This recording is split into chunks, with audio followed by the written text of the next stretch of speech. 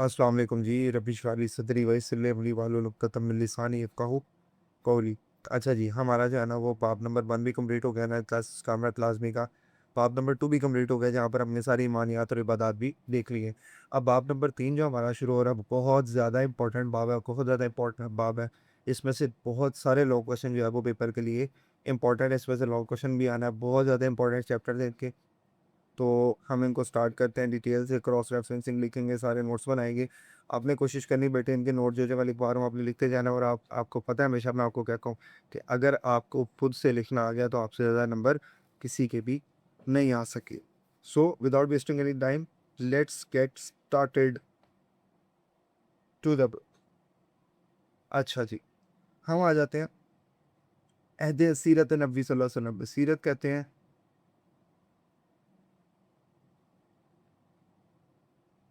ज़िंदगी के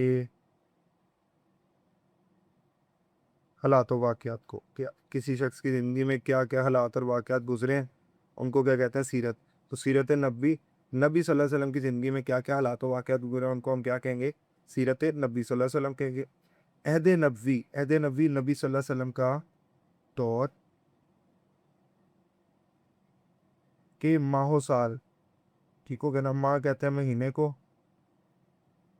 और साल एक साल को कहते हैं, ठीक हो गया ना? तो अहद नबी के माहो साल, यानी माहो साल का मतलब है कि नबी सल्लल्लाहु अलैहि वसल्लम के महीने और साल, नबी सल्लल्लाहु अलैहि वसल्लम की ज़िंदगी जो है वो किस तरह गुजरी है। और इसमें आपको कौन-कौन से वाक़यात बताए जा रहे हैं? मदनी दौर। मदनी दौर कौन सा दौर है? जो हिजरत के बाद शुरू हुआ। वो दौर जब नबी सल्लल्लाहु अलैहि वसल्लम ने मक्का से मदीना हिजरत कर ली थी, उसके बाद शुरू होने वाला जो दौर है वो सारा का सारा मदनी दौर है। ठीक है, मदनी दौर टोटल कितने साल रहा है? ये 10 साल रहा है, ठीक हो गया ना? 10 साल मदनी दौर था, और 13 साल जो है वो कौन-सा दौर था? मक्की दौर था। जब नबी सल्लल्लाहु अलैहि वसल्लम हिजरत से पहले 13 साल मक्का में रहे, और ये हिजरत करके मदीना आ गए, तो उसके बाद नबी सल्लल्लाहु अलैहि वसल्लम की लाइफ जो है वो 10 साल बाकी रही है। उसके बाद 63 साल की उम्र में नबी इस्लाम की वफ़ात होगी। ठीक हो गया जी? तो नबी सल्लल्लाहु अलैहि वसल्लम की ज़िंदगी का वो दौर जो आपने मदीना में गुज़ारा है, उसके हालात और वाक़यात उठा के नबी सल्लल्लाहु अलैहि वसल्लम हमें जो राइटर है वो हमें बता रहा है कि नबी सल्लल्लाहु अलैहि वसल्लम ने मदीना में कौन-कौन से हालात और वाक़यात का सामना किया। उसमें सबसे मेन जो है यहाँ पर फ़तह मक्का है। ठीक हो गया ना? अच्छा जी, पढ़ते हैं जी। 6 हिजरी में सुलह हुदैबिया के मौका पर अरब कबाइल में, अब ये 6 हिजरी में जो सुलह हुदैबिया हुई थी ना, सुलह हुदैबिया से पहले ग़ज़वा बदर भी हो गई हुई थी, ग़ज़वा उहद भी हो गई थी, ग़ज़वा खंदक भी हो गई थी, जिसको ग़ज़वा अहज़ाब भी कहते हैं। इससे पहले-पहले ये 6 जो जंगें, 6 हिजरी से पहले-पहले 3 जंगें हो चुकी थी। उसके बाद जो है ना मुसलमानों और काफ़िरों के दरमियान एक मुआहिदा किया गया, ठीक है ना? ये सुलह हुदैबिया का मुआहिदा किस लिए था? जंग बंदी के लिए, कि आइंदा 10 साल तक मुसलमानों और काफ़िरों में आपस में जंग नहीं होगी। मक्का वाले मदीना पे हमला नहीं करेंगे, मदीना वाले मक्का पे हमला नहीं करेंगे। जंग बंदी हो गई थी, बिल्कुल टोटल मसला ख़त्म हो गया था कि अब जंग नहीं होगी। अब ना हर बंदा अपना-अपना काम करे। ठीक हो गया जी? तो जब सुलह हुदैबिया हुआ, तो उसमें मदीना के साथ जो कबीले थे वो नबी सल्लल्लाहु अलैहि वसल्लम के साथ आ गए। जो मक्का के साथ-साथ कबीले इर्द-गिर्द आबाद थे वो न काफ़िरों के साथ चले गए। ठीक हो गया ना? ताकि कोई कबीला जो है ना वो दूसरे कबीले पे भी हमला करे, यानी मक्का का कोई कबीला भी मदीना के किसी कबीले पे हमला नहीं करेगा। ठीक है जी? मौका पर अरब कबाइल में से बनु खुज़ाआ मुसलमानों के हलीफ बन गए, साथी बन गए। ठीक हो गया जी? बनु बकर ने कुरैश मक्का का साथ दिया। अब ये बनु बकर कुरैश मक्का के साथ और बनु खुज़ाआ मुसलमानों के साथ। और ये माहदा है कि फ़रीक़ैन फ़रीक़ैन दोनों पार्टियाँ, यानी मुसलमान और काफ़िर, 10 साल तक एक दूसरे से जंग नहीं करेंगे। ठीक हो गया ना? याद रखना है, सुलह हुदैबिया में कितने साल तक जंग बंदी होनी थी? 10 साल तक। लेकिन 18 माह बाद, 18 माह बाद, कितने माह बाद? इसका मतलब है कि तकरीबन 1.5 साल, 1.5 साल के बाद, ठीक हो गया ना? 1.5 साल बाद बनु बकर ने अचानक सुलह का माहिदा तोड़ते बनु खुज़ा पर हमला कर दिया। यानी ये जो कुरैश मक्का का कबीला है, ठीक हो गया ना? इन्होंने क्या किया? इन्होंने जो है ना ये बनु खुज़ा पर हमला कर दिया। ठीक हो गया ना? अब बनु खुज़ा वाले किसके साथ थी? मुसलमानों के। बनु बकर वाले कुरैश के। इसका मतलब है काफ़िरों की तरफ से मुसलमानों पर हमला हुआ है, और ये जो मुआहिदा है ये तोड़ दिया गया। ठीक हो गया ना? अब जब ये हुआ, और उससे बड़ी बात ये हुई कि बनु खुज़ा पर हमला हुआ और हरम काबा में भी बनु खुज़ा पर लड़ाई मुसल्लत की गई, यानी हरम काबा जो तवाफ़ की जगह है, जो पीछे हमने पढ़ा था चैप्टर में, ठीक है ना? उधर भी किसी का कत्ल करना, किसी का खून बहाना हराम है, लेकिन उन्होंने उधर भी उनको नहीं छोड़ा, बनु खुज़ा वालों को उधर भी मारा उन्होंने जाके। बनु खुज़ा ने मुसलमानों से मदद माँगी क्योंकि मुसलमानों के साथ ही थे। नबी सल्लल्लाहु अलैहि वसल्लम ने कुरैश मक्का को 3 शराइत पर सुलह का पैगाम भेजा, ठीक है? अब 3 शराइत क्या थी? पहली शर्त, चौड़ा आयत होता है, देख लेना, थोड़ी मैं उर्दू से कह देता हूँ ताकि आपको समझ आ जाए। चलो वो अच्छा जी, पहली शर्त ये थी कि या तो बनु खुदा के मकतूलों की दियत अदा करेगा, यानी जितने बंदे ये बनु खुदा वालों के मरे हैं, उसके एक-एक बंदे के बदले में दियत अदा करे, और एक बंदे की दियत क्या होती थी? 100 ऊँट होती थी।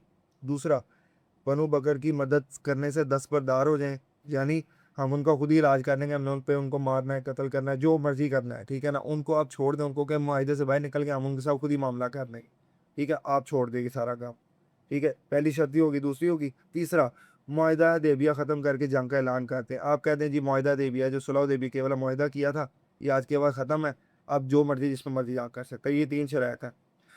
जो बंदे मरे हैं उनके पैसे अदा कर दें, दियत अदा कर दें, जिन्होंने मारा उनको मरे हवाले कर दें या मुआहिदा तोड़ दें। ठीक हो गया जी। कुरैश मक्का ने जंग करना कबूल किया, ठीक है? आप देखें 6 साल 6 हिजरी में ये हुआ है, 1.5 साल बाद 7.5 हिजरी में जो है ना वो सुलह हुदैबिया टूटा, 8 हिजरी में।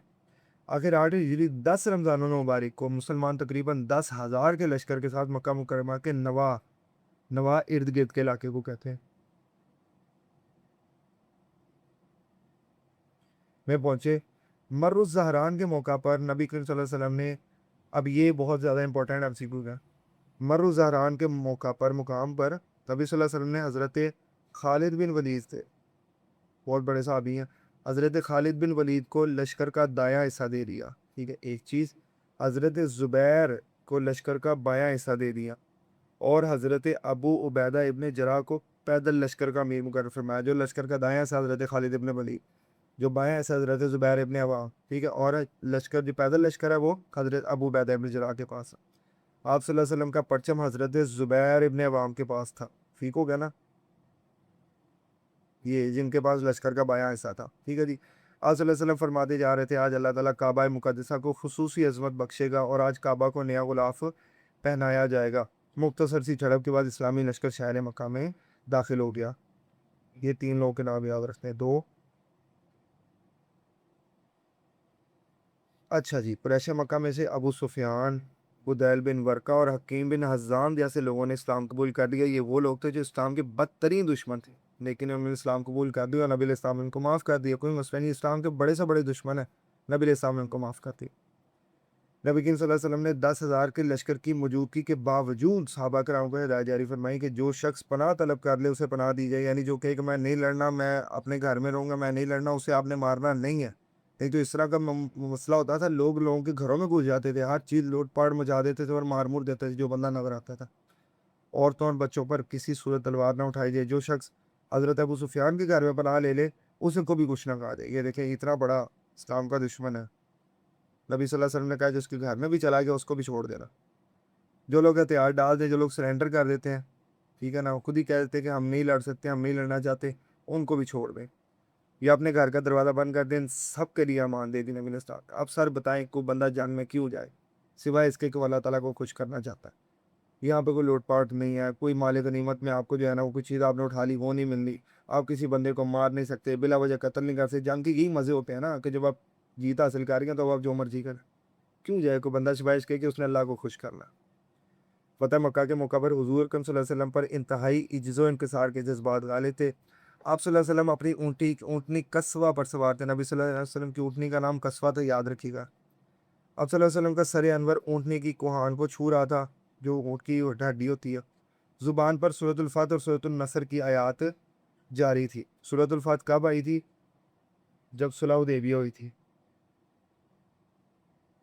ठीक हो गया ना? वहाँ पर अल्लाह ताला ने कहा इन्नका फ़तहन लका फ़तहन मुबीना, अल्लाह ताला ने आपको खुली फ़तह अता फ़रमाई। सूरतुन नस्र इज़ा जाअ नस्रुल्लाहि वल फ़थ। नबी करीम सल्लल्लाहु अलैहि वसल्लम ने आम माफ़ी का ऐलान, आम माफ़ी का मतलब है सब लोगों के लिए माफ़ी है।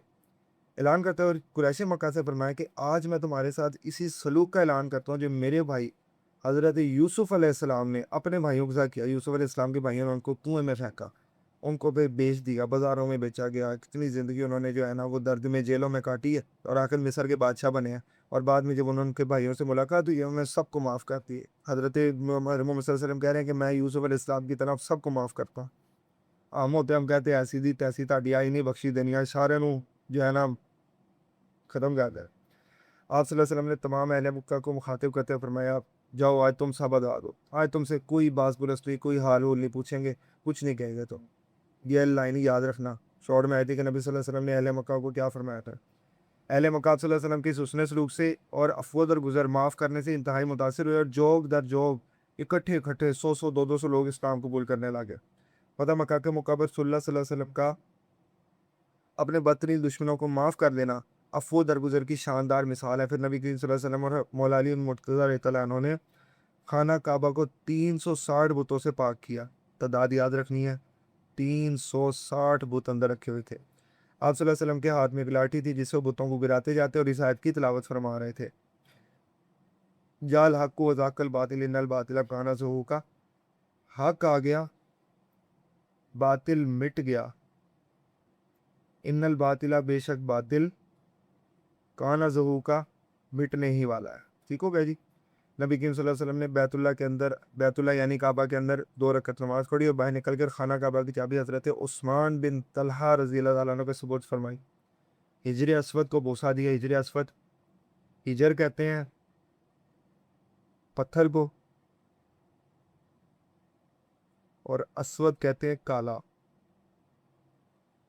ठीक है ना, ये जन्नत से आया हुआ पत्थर है जो खाना काबा की दीवार में नस्ता है। हज़रत बिलाल ने खाना काबा की छत पर चढ़कर अज़ान दी और आप सल्लल्लाहु अलैहि वसल्लम के दस्तम-बारी पर मर्दों और औरतों की भारी तादाद ने इस्लाम कबूल कर लिया। ये खाना काबा की चाबी है ना, ये आज भी हज़रत उस्मान के ख़ानदान वालों के पास है। फ़तह मक्का के नतीजे में कुरैश के तमाम कबाइल ने इस्लाम में पहल की, हत्ता कि सिर्फ 10 रोज़ में 2000 लोग दायरा इस्लाम में दाखिल हो गए। सब 13 साल नबी इस्लाम ने लगाए, इतने लोग नहीं हुए। ठीक है, 10 दिनों में 2000 बंदा हो गया। ठीक है, ये 10 दिनों में ऐसे नहीं हो गया, पीछे 23 साल की नबी सल्लल्लाहु अलैहि वसल्लम की मेहनत है, जिसकी वजह से 10 दिन में इतने बंदे आ गए। ठीक है, लोग कहते हैं 10 दिन में इतने बंदे मुसलमान हो गए। भाई जो 23 साल गालियाँ खाई हैं लोग, मारे खाई हैं, जंगें बर्दाश्त की हैं। ठीक है, ये उसका नतीजा है। दीन इस्लाम को गलबा हासिल हुआ, इस्लाम और अहले इस्लाम इस्लाम वालों को अज़मत और शान हासिल हुई। दुश्मनान इस्लाम की साजिशें दम तोड़ गईं। आप सल्लल्लाहु अलैहि वसल्लम की कायदाना ऐसी सलाहियतें होती हैं, रहनुमाई वाली सलाहियतें। रंग लें आप सल्लल्लाहु अलैहि वसल्लम 4 दिन मक्का मुकरमा में ही क़याम पज़ीर रहे और हज़रत उताब बिन उसैयद को मक्का मुकरमा का अमीर यानी गवर्नर बना दिया और मक्का मुकरमा के गिरदोनवां में जो बड़े-बड़े बुतखाने थे, उनको ख़त्म करने के लिए मुजाहिदीन के दस्ते रवाना कर दिए। ठीक हो गया ना, पर्सनैलिटीज़ के नाम आपने पढ़ लिया, अब ये याद रखिएगा सारा। अच्छा जी, अब हम आते हैं एक्सरसाइज़ पे, कोशिश करें इसको खुद सॉल्व करें, फिर इसको मैं करवाता हूँ। ठीक है ना, आते होंगे आपको लाइक बच्चे हैं यार मेरे, मुझे पता है। पॉज़ करो, सॉल्व करो, जल्दी करो, अब मैं करवाता हूँ। फ़तह मक्का के असबाब में से कौन-सी ऐसी वजह है जिसकी वजह से फ़तह मक्का हुआ है? बदर के मक़तूलीन का अंजाम वो वक़्त में ले लिया था। कुरैश के माशी मफादात का तहफ़्फ़ुज़ नहीं, बिल्कुल भी नहीं।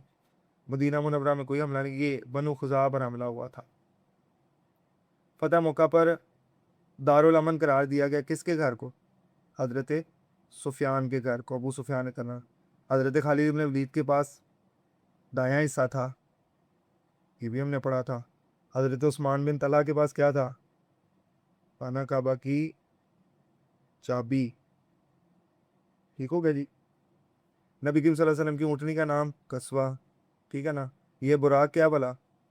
जिस पे नबी सल्लल्लाहु अलैहि वसल्लम सफ़र करके वाक़या मिराज किया था। ज़ुल्फ़िकार हज़रत अली की तलवार का नाम है ये, याद रखना। ये ठीक ऑप्शन है। कुदरत और इख्तियार रखने के बावजूद नबी सल्लल्लाहु अलैहि वसल्लम का अपने दुश्मनों को माफ़ कर देना मिसाल है किस चीज़ की? अफ़्व व दरगुज़र की। फ़तह मक्का के मौका में नबी सल्लल्लाहु अलैहि वसल्लम ने खाना काबा की चाबी सपोर्ट की किसके?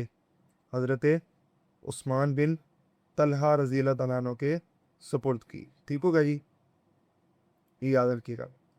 फ़तह मक्का के मौके पर नबी सल्लल्लाहु अलैहि वसल्लम ने आम माफ़ी का ऐलान करते हुए क्या कहा? फरमाया अभी देख लेते हैं, कोई टेंशन नहीं है।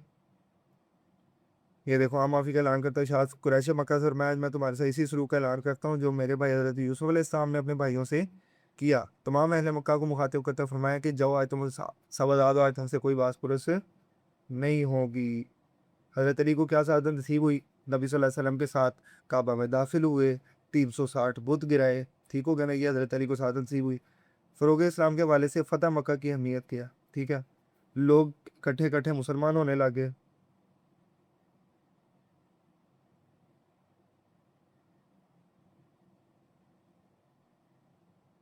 पूरे अरब में इस्लाम आ गया था।